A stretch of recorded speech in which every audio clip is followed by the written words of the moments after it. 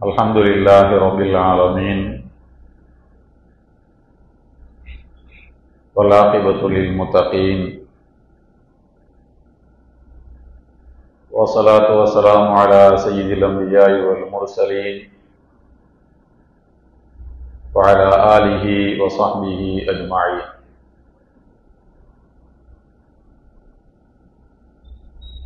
A'udzu billahi minasy syaithanir rajim. وَمَا كَانَ اللَّهُ لِيَظْلِمَهُمْ وَلَكِنْ كَانُوا أَنفُسَهُمْ يَظْلِمُونَ. فقال رسول الله صلى الله عليه وسلم عجبا لأمر المؤمن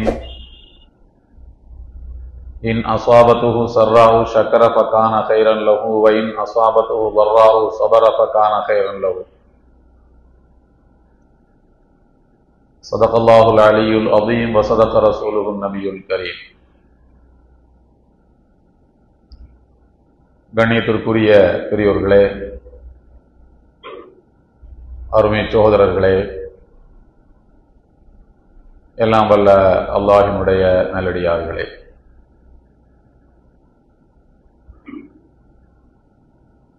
அண்மையிலே 2-3 நாட்களுக்கு முன்னர்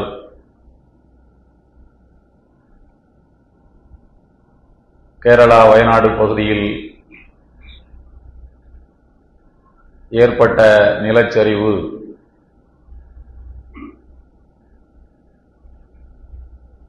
நம்முடைய நாட்டையே உலுக்கி இருக்கின்றது. மிகப்பெரிய அளவிலே பொருளாதார இழப்புகளும் கணக்கில்லாத உயிரிழப்புகளும் அந்த பகுதியிலே வாழுகின்ற மக்களை மாத்திரமல்ல,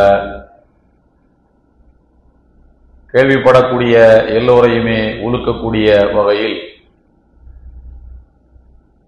ஒரு பெருஞ்சோதனையாக அந்த நிகழ்வு நம்முடைய இதயத்தை ரணமாக்கி கொண்டிருக்கிறது. எல்லாம் வல்ல அல்லாஹ் இந்த பேரழிவிலே உயிர் நீத்த சகோதரர்கள் அனைவருடைய மரணத்தையும் உயிர் தியாகிகளின் மரணமாக ஏற்றுக்கொண்டு அவர்களுடைய மறுமை வாழ்வை மேலான வாழ்வாக ஆக்கி தந்தருள்வானாக என்று நாம் துஆ செய்வதற்கு கடமைப்பட்டிருக்கின்றோம்.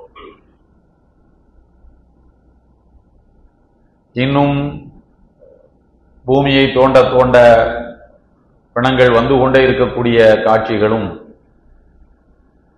மனிதர்கள் மாத்திரமல்ல வளர்ப்பு பிராணிகளும் மனிதர்கள் சேகரித்து வைத்திருந்த செல்வங்களும் மண்மூடி போய்விட்ட அந்த காட்சி உள்ளபடியே கேட்போருடைய நெஞ்சத்தை எல்லாம் உலுக்கக்கூடிய ஒன்றாகும். அன்புக்குரியவர்களே, இது போன்ற நிகழ்வுகள் உலகத்திலே நடப்பது புதியதல்ல.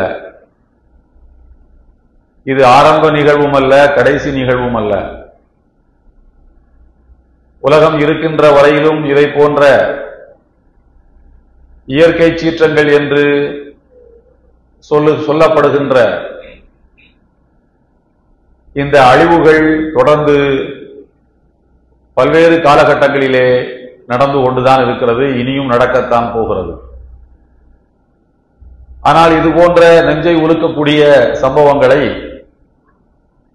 ஒரு மூமின் என்ற அடிப்படையில், ஒரு இறை நம்பிக்கையாளன் என்ற அடிப்படையில் நாம் எப்படி அதை பார்ப்பது? பொதுவாக கண்ணை மூடிக்கொண்டு அல்லாஹ் அந்த மக்களுக்கு ஒரு தண்டனையை கொடுத்து விட்டான் என்று சொல்வதெல்லாம்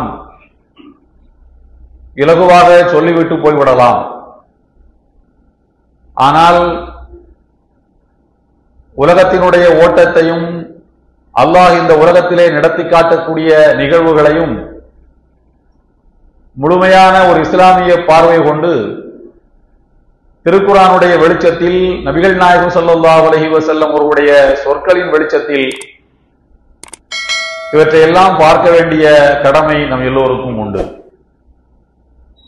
இன்றைக்கு கேரளாவிலே நிலச்சரிவு என்று சொன்னால், சில ஆண்டுகளுக்கு முன்னர் சென்னையிலே பெருவெள்ளம், ஒரு சில ஆண்டுகளுக்கு முன்னர் துருக்கி சிரியாவை ஒட்டியுள்ள பகுதிகளிலே ஏற்பட்ட நிலநடுக்கம், இவ்வாறு பல்வேறு பேரழிவு சம்பவங்கள் உலகத்திலே நடைபெற்றுக் கொண்டேதான் இருக்கின்றது. பொதுவாகவே கடவுள் மறுப்பாளர்களும் விஞ்ஞானிகளும் இதுபோன்ற நிகழ்வுகள் அனைத்தையும் ஒரு விஞ்ஞான கண் கொண்டே பார்ப்பது உண்டு. கடவுளின் கோபத்துக்கும் இதற்கும் எந்த சம்பந்தமும் இல்லை, ஏனென்றால் கடவுள் என்றே யாரும் இல்லை என்றுதான் அவர்கள் சொல்வார்கள். நாம் திருக்குர்ஆனிலே பார்த்தோம் என்றால், எல்லாம் வல்ல அல்லாஹு தஆலா அருள்மறையாம் திருக்குர்ஆனில் இதற்கு முன்னர் உலகத்திலே வாழ்ந்த சமுதாயத்து மக்கள் இறை தூதர்களால் நேர்வழிக்கு அழைக்கப்பட்ட பின்னரும் ஏற்றுக்கொள்வதற்கு, இறை தூதர்களை ஏற்றுக்கொள்வதற்கு மறுத்ததன் காரணமாக அவர்களுக்கு கொடுத்த தண்டனைகளை திருக்குர்ஆன் நெடுகிலும் சொல்லி காட்டுகிறார். குறிப்பாக சூரா ஹூத் என்கிற அத்தியாயம், சூரத்துல் கஸஸ் என்கின்ற அத்தியாயம், முர்சலாத் என்கின்ற அத்தியாயம், இவைகளெல்லாம் இந்த தண்டனைகளை பற்றி விரிவாகவே பேசுகின்றன. நாம் சில சமுதாயத்து மக்களை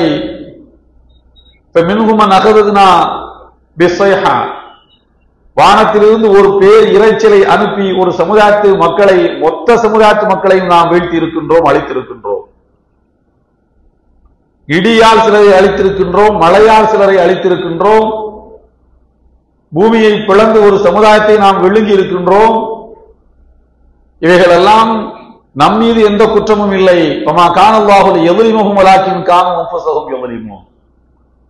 அந்த மக்களுக்கு ஒன்றும் நாம் அநீதி இழைத்துவிடவில்லை, மாறாக இது போன்ற தண்டனைகள் வருவதற்கு காரணமாக அந்த மக்கள் செயல்பட்டார்கள், எனவே அவர்களை நாம் அழித்து விட்டோம் என்று அல்லாஹ் தன்னை நியாயப்படுத்துகின்றான். நான் இரக்கமற்ற ஒரு தண்டனையை கொடுக்கின்ற அளவுக்கு நான் அந்த மக்கள் மீது பழிவாங்க வேண்டும் என்கின்ற உணர்வுள்ளவன் அல்ல, இரக்கம் உள்ளவன் தான். ஆனால் அவர்கள் இதர சமுதாயத்து மக்களுக்கு தொல்லைகளாகவும் தொந்தரவுகளாகவும் மாறுகின்ற போது அந்த சமுதாயத்து மக்களை, தொந்தரவுக்காரர்களை நாம் அழிக்க வேண்டிய முடிவுக்கு வந்தோம் என்று அல்லாஹ் சொல்லி காட்டுகிறான். இது ஒரு பார்வை.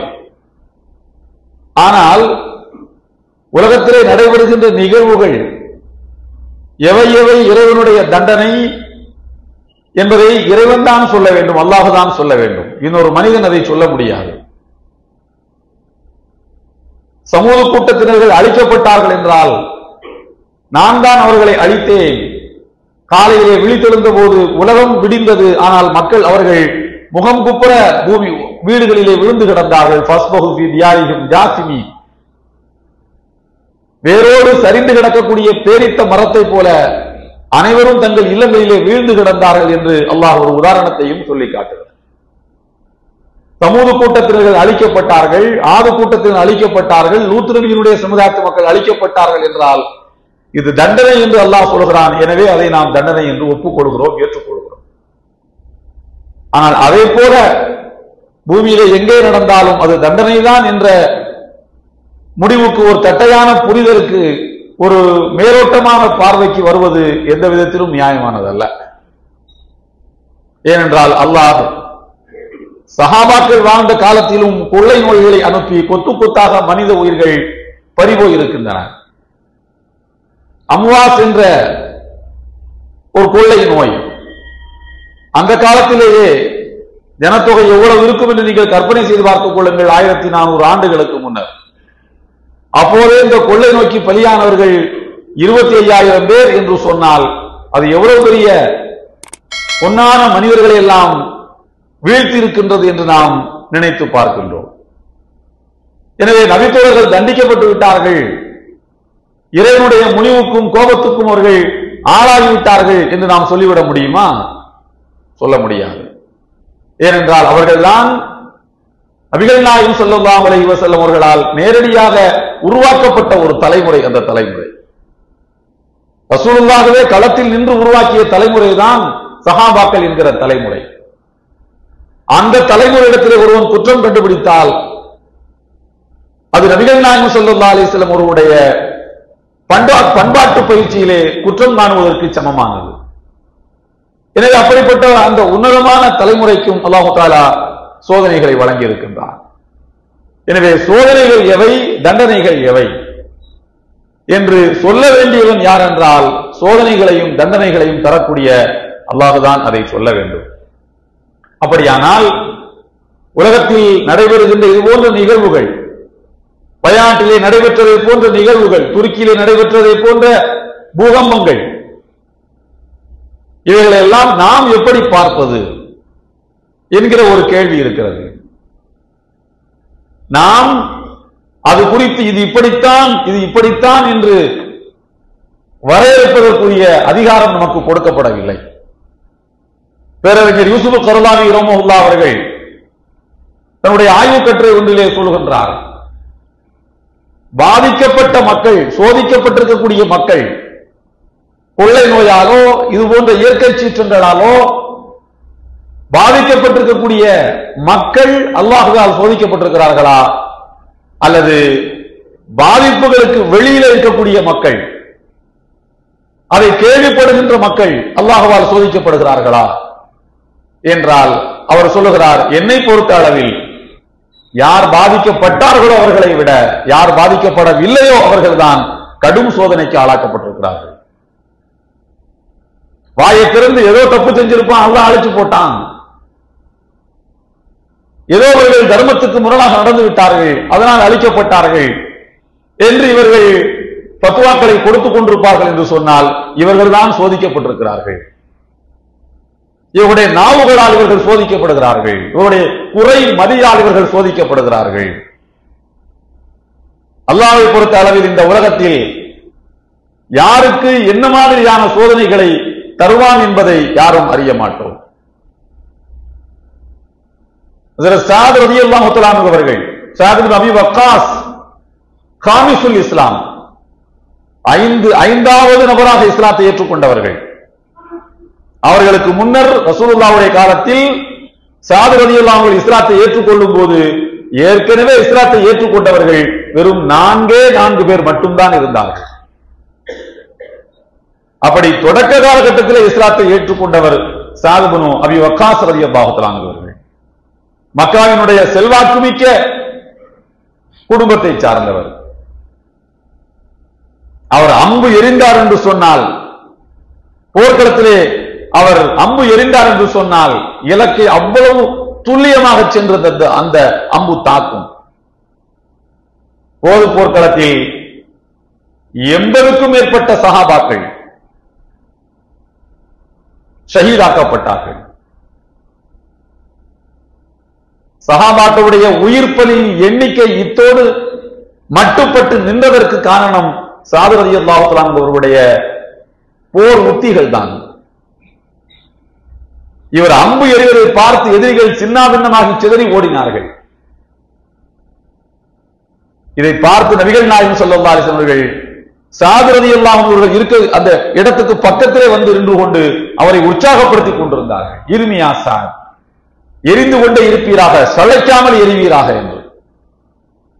இன்னொரு வார்த்தையும் சொன்னார்கள் ரசூலுல்லாஹி ஸல்லல்லாஹு அலைஹி வஸல்லம் அவர்கள், ஃபிதாக அபீ வ உம்மி, என் தாயும் என் தந்தையும் ஸஅத் அவர்களே உங்களுக்கு அர்ப்பணமாகட்டும், நீங்கள் அம்பை எரிந்து கொண்டே இருங்கள் என்று சொன்னார். சஹாபாக்கள் எல்லாம் ரசூலுல்லாஹ்வை பார்த்து பல்வேறு சந்தர்ப்பங்களில் சில கேள்விகளை கேட்கும் போதும் ஐயங்களுக்கு விடை தேடுகின்ற போதும் அல்லாஹ்வின் திருத்தூதரே என் தாயும் என் தந்தையும் உங்களுக்கு அர்ப்பணம் என்கிற சொல்லை பயன்படுத்துவார்கள். அரபு நாட்டில் இந்த சொல்லுக்கு பொருளும் அர்த்தமும் என்னவென்று சொன்னால், என்னை மன்னித்துக் கொள்ளுங்கள், நான் தயவாக ஒரு வார்த்தையை உங்களுக்கு சொல்ல போகிறேன், ஒரு கோரிக்கையை முன்வைக்கப் போகின்றேன், தவறாக எடுத்துக் கொள்ளாதீர்கள், நானே என்னை உங்களுக்கு தந்துவிட்டேன் என்ன ஒரு ஆழமான பொருளை தரக்கூடிய சொல். சஹாபாக்கள் எல்லோரும் ரசூலுல்லாஹ்வை பார்த்துத்தான் அந்த வார்த்தையை சொல்லியிருக்கிறார்கள்.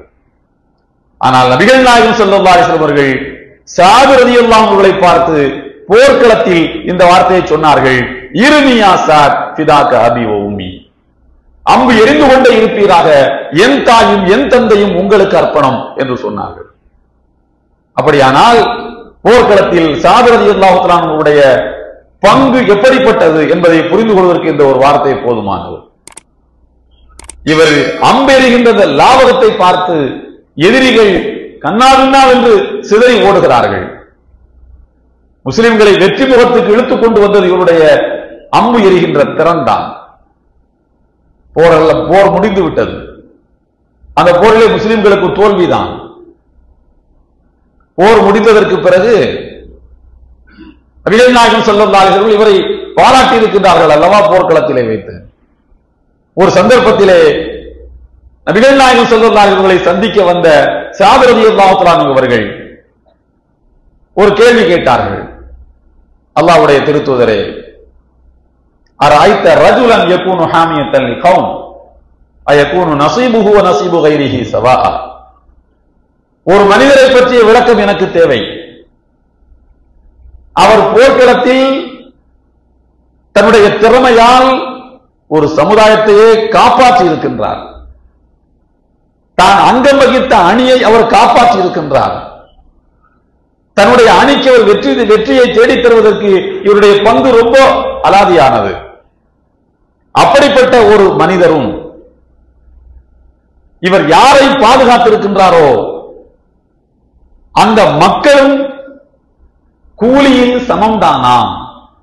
காப்பாற்றியவருக்கும் காப்பாற்றப்பட்டவர்களுக்கும் ஒரே கூலிதான் கிடைக்குமா என்பதுதான் அவருடைய கேள்வி. நபிகள் நாயகம் ஸல்லல்லாஹு அலைஹி வஸல்லம் அவர்களுக்கு இவருடைய கேள்வியின் அர்த்தம் புரிந்துவிட்டது. ஆமா, ரெண்டு பேருக்கும் கூலி ஒண்ணுதான் சொன்னா அப்படி கிடையாது. ரெண்டு பேருக்கும் கூலி ஒண்ணு கிடையாது. காப்பாற்றியவருக்கு கூலி அதிகம். ஆம் என்று சொல்ல முடியாது. ஏனென்றால் காப்பாற்றியவருக்கு கூலி அதிகம். இல்லை, காப்பாற்றியவருக்கு கூலி அதிகம் என்று யதார்த்தத்தை சொல்லலாம் என்றால் அந்த பதில் ஸஅத் ரலியல்லாஹுடைய உள்ளத்தில் ஒரு வகையான ஆணவத்தை தந்துவிடக்கூடும்.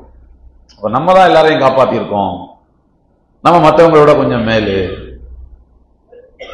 என்ற அந்த எண்ணம் உள்ளத்திலே வந்துவிடக்கூடும். ஆகையினால் நபிகள் நாயகம் ஸல்லல்லாஹு அலைஹி வஸல்லம் அவர்கள் அந்த யதார்த்தத்தையும் தாண்டிய இன்னொரு யதார்த்தம் இருக்கிறது. அதை நபிகள் நாயகம் ஸல்லல்லாஹு அலைஹி வஸல்லம் அவர்கள் சொல்லுகின்றார்கள். பொதுவாகவே ஒரு யதார்த்தம் என்றால் இந்த யதார்த்தத்துக்கு பின்னால் இன்னொரு யதார்த்தம் என்று ஒன்று இருக்கும். அது உலக நியதி. சாதாரணமாக சொல்வார்கள், தரை பெரிதா கடல் பெரிதா என்றால் கடல் தான் பெரியது. மூன்றில் இரண்டு பங்கு கடல், ஒரு பங்கு தான் தரை. எனவே கடல் தான் பெரியது, தரை சிறிது என்பார்கள். அதையும் தாண்டி சிந்தித்தால் அந்த கடலுக்கு கீழையும் தரைதான் இருக்கிறது. எனவே தரை பெரியது என்றும் சொல்ல முடியும். யதார்த்தம், அந்த யதார்த்தத்துக்கு பின்னால் இன்னொரு யதார்த்தம். நபிகள் நாயகம் ஸல்லல்லாஹு அலைஹி வஸல்லம் அவர்கள் உங்களுக்கு கூலி அதிகம்தான் என்று சொன்னால் அது யதார்த்தம். ஆனால் அப்படி சொல்லவில்லை. ஏனென்றால் அந்த நேரத்தில் அந்த யதார்த்தம் அவருடைய இதயத்தில் ஆணவத்தை தந்துவிடக்கூடும்.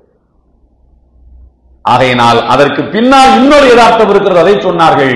அது என்னவென்றால் ஹல் துன்சருன வ துர்ஸகுன இல்லா பிதுஆஃபாயிக்கும்.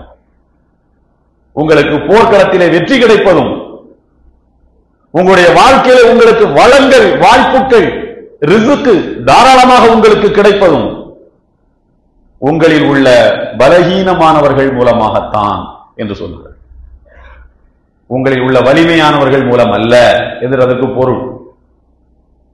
யார் உங்களிலே வலிமை மிக்கவனோ அவனால் வெற்றி கிடைக்கிறது என்று நீங்கள் நினைக்கிறீர்கள்.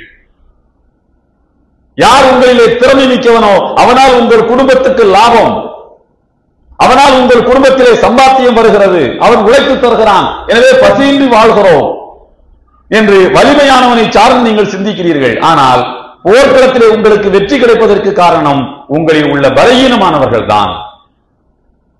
வாழ்க்கையிலே உங்களுக்கு ரிஸ்க் கிடைப்பதற்கு காரணம் உங்களில் உள்ள பலகீனமானவர்கள் தான் என்று சொன்னார்கள். என்ன அர்த்தம் என்றால், போருக்கு நீங்கள் வருகின்ற போது உங்கள் வீட்டில் இருக்கக்கூடிய உங்களுடைய தாய், வயது முதிர்ந்த தாய், வயது முதிர்ந்த தந்தை, உடல் நலிவுற்றிருக்கக்கூடிய நோயாளிகள், நிரந்தரமாகவோ இடைக்காலமாகவோ, பெண்கள், சிறுவர்கள் இவர்கள் எல்லாம் உங்களுக்காக துவா செய்து களத்துக்கு அனுப்பி வைக்கின்றார்கள். யா அல்லாஹ், அவரை சார்ந்துதான் இந்த குடும்பம் இருக்கிறது, அவருக்கு ஏதாவது ஒன்று என்றால் எங்களுக்கு சாய்மானம் இல்லாமல் போய்விடும், நாங்கள் யாரை சார்ந்து இருக்க முடியும்? எனவே அவருக்கு நீ வெற்றியை கொடு, அவருக்கு புதபலத்தை கொடு, அவருக்கு நல்ல ஆற்றலை கொடு என்று அவர்கள் துவா செய்து உங்களை அனுப்பி வைக்கின்றார்கள். கடைகளுக்கும் வியாபாரத்துக்கும் செல்லுகின்ற போதும் வீட்டில் இருக்கக்கூடிய பலகீனமானவர்கள் உங்களுக்காக துவா செய்து கொண்டுதான் இருக்கின்றார்கள். எனவே கடையை திறந்து நீங்கள் உட்கார்கிறீர்கள் என்று சொன்னால் அது உங்களுடைய ஆற்றலால், அறிவால் உட்கார்கிறீர்கள். ஆனால் வருமானம் கிடைப்பது பலகீனமானவர்களுடைய துவாவால். போக்குவரத்துக்கு நீங்கள் செல்வதும், அம்பெறிவதும், வாழ் வீசுவதும், ஈட்டி எடுத்து எறிவதும், எதிரிகளை குறிபார்த்து தாக்குதல் நடத்துவதும் உங்களுடைய திறமையால், அதிலே மாற்றம் இல்லை. ஆனால் இந்த தாக்குதலின் முடிவிலே உங்களுக்கு வெற்றி கிடைப்பது, நீங்கள் பத்திரமாக இல்லம் வந்து சேருவது பலகீனமானவர்கள் உங்களுக்காக செய்யக்கூடிய துவா. இதை நபிகள் நாயகம் ஸல்லல்லாஹு அலைஹி அவர்கள் 2 வரியிலே சொல்கிறார்கள். ஹல் துன்சருன வ துர்ஸகூன் இல்லா பிவாஃபாயிக்கும். உங்களுக்கு வாழ்க்கையிலே ரிஸ்க் கிடைப்பதும், போர்க்களத்திலே வெற்றி கிடைப்பதும் உங்களில் உள்ள பலகீனமானவர்கள் மூலமாகத்தான். சாது ரலியல்லாஹு தஆலா அவர்கள் இந்த வார்த்தைக்கு பிறகு தன்னுடைய சிந்தனை போக்கை மாற்றிக் கொண்டார்கள். இங்கே சோதனை என்பது யாருக்கு, வளம் என்பது யாரால் வருகிறது, வெற்றி யாரால் வருகிறது என்றால் பலகீனமானவர்களால் வருகிறது. அதை அப்படியே இங்கே பொருத்தி பார்த்தோம் என்று சொன்னால் சோதனை என்பது யாருக்கு? இந்த சோதனையிலே சிக்கி மண்ணோடு மண்ணாகி இறைவனிடத்திலே போய் சேர்ந்து விட்டார்களே, அவர்கள் பத்திரமாக இறைவனிடத்திலே போய் சேர்ந்து விட்டார்கள். ஒரு அழியாத நிரந்தர உலகத்துக்கு போய்விட்டார்கள். இந்த உலகத்தில் அவர்கள் எதற்காக உழைத்துக் கொண்டிருந்தார்களோ அதை அடைவதற்கு போய்விட்டார்கள். நல்லதை என்றால் நல்லதை, தீயதை என்றால் தீயதை, ஈமான் என்றால் ஈமான், குஃப்ர் என்றால் குஃப்ர், சொர்க்கத்துக்குரிய அமல் என்றால் சொர்க்கத்துக்கு, மற்ற அமல் என்றால் மற்றவற்றுக்கு போய் சேர்ந்து விட்டார்கள். அதில் இங்கே உட்கார்ந்து கொண்டு நாம் ஜட்ஜ்மெண்ட் கொடுப்பதற்குரிய அதிகாரத்தை பெற்றவர்களா என்று கேட்டால் நமக்கு அந்த அதிகாரம் வழங்கப்படவில்லை. எல்லாவற்றிலும் கருத்து சொல்ல வேண்டிய தேவை நமக்கு இல்லை. இறை தூதர் மூசா அலைஹிஸ்ஸலாம் அவர்கள் ஃபிரௌனுக்கு முன்னால் நின்று கொண்டு ஏகத்துவத்தை சொல்லுகின்றார்கள். நீ இறைவனை ஏற்றுக்கொள்ளாவிட்டால் உனக்கு நரகம்தான் என்று எச்சரிக்கின்றார்கள். மூசா நபியின் பேச்சில் மக்கள் மயங்கி விடுவார்கள் போல் தெரிந்தது. ஃபிரௌனுக்கு ஒரு விதமான அச்சம் வந்து விட்டது. இவரை எப்படியாவது மடக்கி பிடிக்க வேண்டும் தன்னுடைய வாத திறமையால் என்று நினைத்தான். அவன் ஒரு எதிர்கேள்வியை கேட்டான் மூசா நபி இடத்திலே. காலபமா பால் குருனில் கூலா, நீ சொல்லக்கூடிய ஏக இறைவனை ஏற்கவில்லை என்றால் நரகம் என்று சொல்கிறாயே, தண்டனையும் கிடைக்கும் என்று சொல்கிறாயே, அப்படி என்றால் எங்களுடைய முன்னோர்கள் எல்லாம் நீ சொல்லுகிற இறைவனை வணங்கவில்லை. என்னுடைய அத்தா அம்மாவெல்லாம், அந்த கூட்டத்தில் இருக்கக்கூடிய மக்களுடைய அத்தா அம்மாவெல்லாம் நீ சொல்லுகிற இறைவனை வணங்கியவர்கள். இப்போதுதான் இந்த இறைவனை எங்களுக்கு நீ அறிமுகப்படுத்துகிறாய். அப்படி என்றால் எங்களுடைய முன்னோர்கள் எல்லாம் எங்கே இருக்கிறார்கள் என்று ஒரு கேள்வியை கேட்டான். மூசா நபி நரகம் என்று சொல்வார், மக்கள் எல்லாம் கொந்தளித்து மூசாவை அடிக்கட்டும் என்பதுதான் அவருடைய கணக்கு. அவன் விரித்த வலையில் மூசா நபி விழவில்லை. பழிச்சென்று தெரியக்கூடிய உண்மைதான், ஓர் இறைவனை ஏற்றுக்கொள்ளவில்லை என்றால் நரகம்தான் என்று பழிச்சென்று தெரிகின்ற அந்த உண்மையை கூட இறை தூதராக வந்திருக்கக்கூடிய மூசா நபி அவர்கள் அங்கே சொல்லவில்லை ஃபிரௌனிடத்திலே. அதற்கு அவர்கள் சொன்ன பதில்,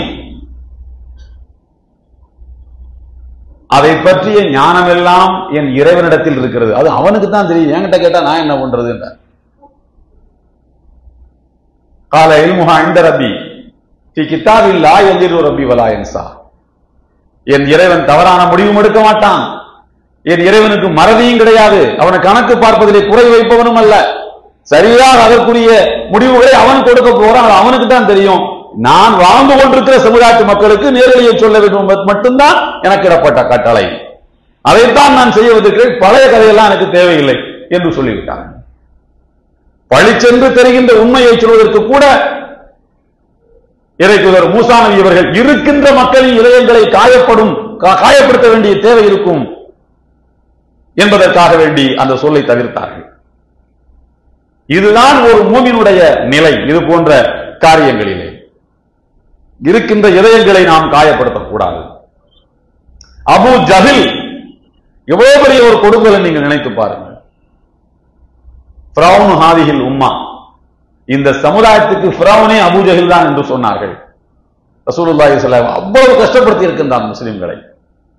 அவருடைய மகன் இக்ரிமா இஸ்லாத்தை ஏற்றுக்கொண்டார். ரொம்ப தாமதமாக இஸ்லாத்தை ஏற்றுக்கொண்டார். நபிகள் நாயகம் ஸல்லல்லாஹு அலைஹி வஸல்லம் அவர்கள் சஹாபாக்கள் என்ன பேசுவாங்கன்னு தெரியும் அவர்களுக்கு. இக்ரிமா வீதியிலே போகும்போது அல்லாஹ்வுடைய எதிரியின் மகன், அல்லாஹ்வுடைய எதிரியின் மகன் என்றவரை பற்றி பேசினார்கள். நபிகள் நாயகம் ஸல்லல்லாஹு அலைஹி வஸல்லம் சொன்னார்கள், இறந்தவர்களை பற்றி தவறாக விமர்சிப்பது இருப்பவர்களை காயப்படுத்தும், அந்த வேலையை நீங்கள் செய்யாதீர்கள் என்று சொன்னார்கள். அல்லாஹ்விடம் போய் சேர்ந்தவர்கள் சேர்ந்து விட்டார்கள். நமக்கு அல்லாஹ் வைத்திருக்கக்கூடிய சோதனை என்னவென்றால், இந்த விஷயத்தில் நாம என்ன மாதிரியான முடிவுகளை சொல்லுகிறோம் என்பதுதான். அல்லாஹ் சாதாரணமாகவே ஒரு மனிதனுடைய பார்வை எப்படி இருக்கும்னா, இவருக்கு ஏதாவது ஒரு கஷ்டம் வந்துருச்சுன்னா அல்லாஹ் என்ன சோதிக்கிறான் என்று சொல்வான். மற்றவனுக்கு வந்துருச்சுன்னா அவன் பண்ணதுக்கு அது வேணும், அவனுக்கு ஏதாவது பண்ணியிருப்பான். அவன் ரத்தம் தக்காளி சட்னின்னு சொல்றாங்கல்ல, இதுதான் மனிதனுடைய நிலைப்பாடு. எனக்கு வந்தா அல்லாஹ்வுடைய சோதனை, எனக்கு வேண்டாதவனுக்கு வந்தா ஏதாவது தப்பு பண்ணியிருப்பான், மாட்டிக்கிட்டான். இது ஒரு மூமினுடைய நிலைப்பாடு அல்ல. எல்லா நிலையிலும் ஒரு மூமின் கண்ணியமான வார்த்தைகளை அவன் பயன்படுத்த வேண்டும். பாவம் செய்கின்ற போது மனிதன் நினைப்பானா, அல்லாஹ் எங்கேயோ இருக்கான், அவன் எங்கேயோ இருக்கான். பாவம் செய்யும் போது, தௌபா செய்யும் போது அல்லாஹ் நமக்கு பக்கத்துல இருந்து பார்க்கணும். இத நம்ம தௌபா செய்யறத, தௌபா செய்யும் போது பக்கத்துல இருந்து அல்லாஹ் நம்மளை பார்க்கணும். நம்ம அழுகுறதெல்லாம் பார்த்து உடனடியா நமக்கு எல்லா விடுதலையும் கொடுக்கணும். தப்பு செய்யும்போது அவன் கிட்டத்துல இருக்கக்கூடாது, அவன் எங்கேயாவது இருக்கணும். இந்த பாரபட்சத்தை இறைவன் கண்காணிக்கிறான். இது சராசரி மனிதனுடைய இயல்பு. ஒரு மூமின் அப்படி இருக்கக்கூடாது. நம்முடைய சொற்கள் எல்லா நிலையிலும் கண்ணியமானதாகவே இருக்க வேண்டும். இது போன்ற சோதனைகள் வருகின்ற எல்லா நிலைகளுக்கும் இது பொருந்தும் என்பதைத்தான் நாம் வயநாடு நிகழ்வினுடைய பாடமாக நாம் பெற்றுக்கொள்ள வேண்டும். இதுதான் திருக்குர்ஆனும் நபி வழியும் நமக்கு கற்றுத் தருகின்ற பாடம் என்பதை நாம் புரிந்து கொள்ள வேண்டும். கண்ணியத்திற்குரிய பெரியவர்களே, வயநாடு பகுதியில் ஏற்பட்டிருக்கக்கூடிய அந்த நிலச்சரிவு மிகப்பெரிய அளவில் அந்த மக்களுக்கு இழப்பை தந்திருக்கிறது. உயிரிழப்புகள், பொருளாதார இழப்பு, அதுவரைக்கும் அவர்கள் சேகரித்து வைத்திருந்த சேமிப்புகள் இழப்பு, இவைகளுக்கெல்லாம் எந்த ஈடும் யாரும் செய்ய முடியாது. அரசுகள் எவ்வளவு உதவி செய்தாலும் அந்த இழப்பை ஈடு செய்து கொடுக்க முடியாது. மூமின்கள் என்று சொன்னால் அவர்களுக்கு ஒரு பெரிய சமுதாய கடமை இருக்கிறது, ஒரு சமுதாய பொறுப்பு இருக்கிறது. சாதி மத மொழி உணர்வுகளை கடந்து ஆபத்துக்களின் சமயத்தில் மனிதன் என்ற அடிப்படையில் உதவிக்கரம் நீட்டுவது முஸ்லிம்களுக்கு அல்லாஹ் வைத்திருக்கக்கூடிய கடமை.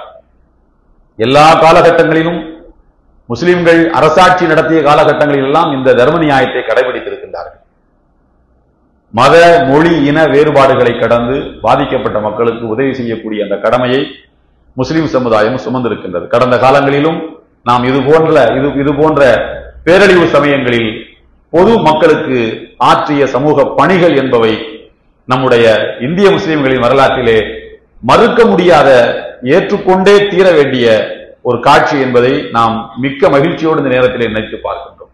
முஸ்லிம்கள் என்றால் ஆகாதவர்கள், பொல்லாதவர்கள் என்று பேசியவர்கள் கூட நம்முடைய சமூக பணிகளை பார்த்து பிரமித்து போய் நிற்கின்றார்கள். களத்திலே கொரோனாவினுடைய காலகட்டத்திலும் சரி, பெருவெள்ளம் வந்த நேரத்திலும் சரி, எல்லா சமயங்களிலும் நம்முடைய சமூக பொறுப்புணர்வை நாம் உணர்த்தி இருக்கின்றோம், உலக சமுதாயத்துக்கு உணர்த்தி இருக்கின்றோம்.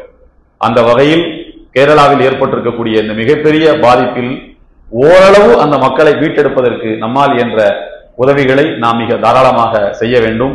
அந்த உதவிகளை செய்வதை சமுதாயத்தின் சார்பிலே தமிழ்நாடு ஜமாஅத் உலமா சபை முன்னெடுத்திருக்கிறது. உங்களிடமிருந்து நிதிகளை பெற்று அந்த மக்களுக்கு சென்று உரியவர்களை கண்டுபிடித்தவர்களுக்கு சரியான முறையில் இந்த நிவாரணத்தை சேர்க்கக்கூடிய ஒரு மிகப்பெரிய பொறுப்பை கையில் எடுத்திருக்கின்றோம். இதே போல டெல்லி பட்டணத்தில் 2021ஆம் ஆண்டு, கோவிட் கொஞ்சம் முன்னால 2000ஆவது ஆண்டுல மிகப்பெரிய இனப்படுகொலை நடைபெற்ற நேரத்திலும் இது போன்ற அளவில் மிகப்பெரிய அளவிலே சமுதாயம் தந்த உதவிகளை அந்த மக்களிடத்திலே கொண்டு போய் உலமாக்கள் சேர்த்திருக்கின்றார்கள். அதே போல கேரளாவிலும் சரி, கஜா புயல் சமயத்திலும் சரி, அங்கேயும் நேரடியாக கொண்டு வந்து மக்களிடத்தில் அந்த உதவிகளை கொண்டு வந்து சேர்த்திருக்கக்கூடிய அனுபவத்தை பெற்றிருக்கக்கூடிய தமிழ்நாடு ஜமாத் உலமா சபை இப்போதும் மக்களிடத்திலே உதவிகளை கேரள மக்களுக்காக கேட்டு நிற்கிறது. வெளியிலே நம்முடைய மஹல்லாவை சார்ந்த சகோதரர்கள் பேட்ஜ் அணிந்து அந்த ஐடி கார்டு போட்டு வெளியில கலெக்ஷனுக்காக நிற்பார்கள். உங்களால் என்ற நன்கொடைகளை தாராளமாக அந்த துயர் துடைப்பு பணிக்கு தர வேண்டும் என்று ஜமாத் உலமா சபையின் சார்பிலே கேட்டுக்கொள்கிறோம்.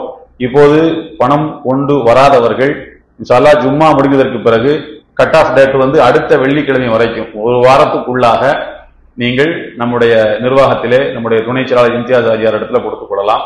இப்போது பள்ளிவாசல்ல பொதுவான துண்டுல நீங்க போடுறது தனி, அது பள்ளிவாசல் சார்பா ரசீது ஜமாத் உலமா இருந்து பள்ளிவாசலுக்கு ரசீது கொடுத்துருவாங்க. தனிப்பட்ட முறையில் நீங்க ஏதாவது கொடுக்கறதா இருந்தா, ஜும்மாவுக்கு அப்புறமா கொடுக்கறதா இருந்தா தனியா உங்களுக்கு ரிசிப்ட் அது கொடுத்துருவாங்க. நான் இப்போ இது பில்லு போட்டு முடிச்சிருவாங்க. அதனால தனிப்பட்ட முறையில நீங்கள் துணை செயலாளர் கொடுக்கக்கூடியதற்கு தனியாக இன்ஷா அல்லாஹ் நீங்கள் ரசீதை பெற்றுக்கொள்ளலாம். எல்லாம் வல்ல அல்லாஹ் தஆலா நாம் கொடுக்கக்கூடிய உதவிகளுக்கு நமக்கு இம்மையிலும் மறுமையிலும் நிறைவான நற்பாக்கியங்களை கொடுத்தருள் புரிவானாக. நம்முடைய மனச்சுமைகளை கஷ்டங்களை நீக்கி இது போன்ற பேராபத்துக்களில் இருந்து நம்மை அல்லாஹ் தஆலா நாம் கொடுக்கக்கூடிய உதவியின் மூலமாக காப்பாற்றி அருள் புரிவானாக. வாஹிரு தஅவானா அல்ஹம்துலில்லாஹி ரப்பில் ஆலமீன். அஸ்ஸலாமு அலைக்கும் வரஹ்மத்துல்லாஹி வபரகாத்துஹு.